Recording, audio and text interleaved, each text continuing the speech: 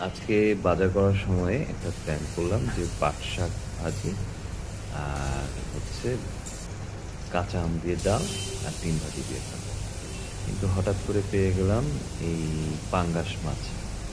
তো পাঙ্গাস মাছের সাথে যেহেতু বেগুন এনেছিলাম, মানে বাজার করার সময় আসলে প্ল্যান করে হয় না, রান্নার সময় বোঝা যায় যে আসলে আজকে কি রান্না হবে।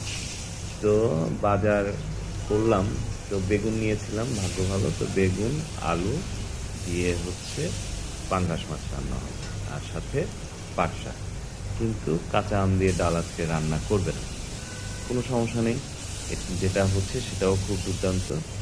তো আজকে বেগুনটা কিছুটা আমাদের চাঁপাই নবাবগঞ্জের বেগুনের মতন টেস্ট হয়েছে, মানে বেগুনটা ভালো বেগুন পাওয়া গেছে।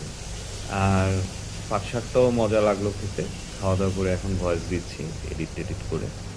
আর রান্না তো বেসিক্যালি সব রান্না কিছুটা একই রকম, বেসিক জায়গাটা।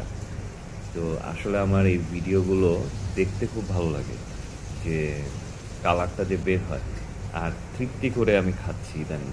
মানে ইদানিং মানে বছর দুয়েক ধরে আমার এই রান্নার ভিডিও করতে গিয়ে, রান্না করতে গিয়ে খাবারটা আমি খুব আরাম করে খাচ্ছি, মানে তৃপ্তি করে। তো এই ব্যাপারটার সাথে আবার কিছু বিষয় জড়িত, যে আমার লাইফস্টাইলের মধ্যে আমি কিছু পরিবর্তনও নিয়ে এসেছি।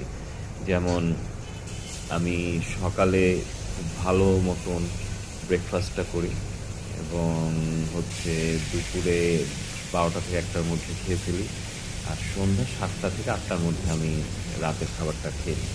এবং সকালে বেশি খাবার খাই, দুপুরে ভালোই খাবার খাই, আর রাতে হচ্ছে আমি অল্প খাবার খাই।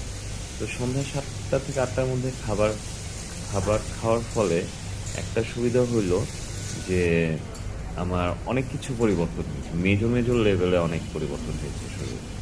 যে আমার গ্যাসের সমস্যা, তারপর পেট ব্যথা বা খাবার রিলেটেড যে কোনো সমস্যা, এগুলো সব দূর হয়ে গেছে।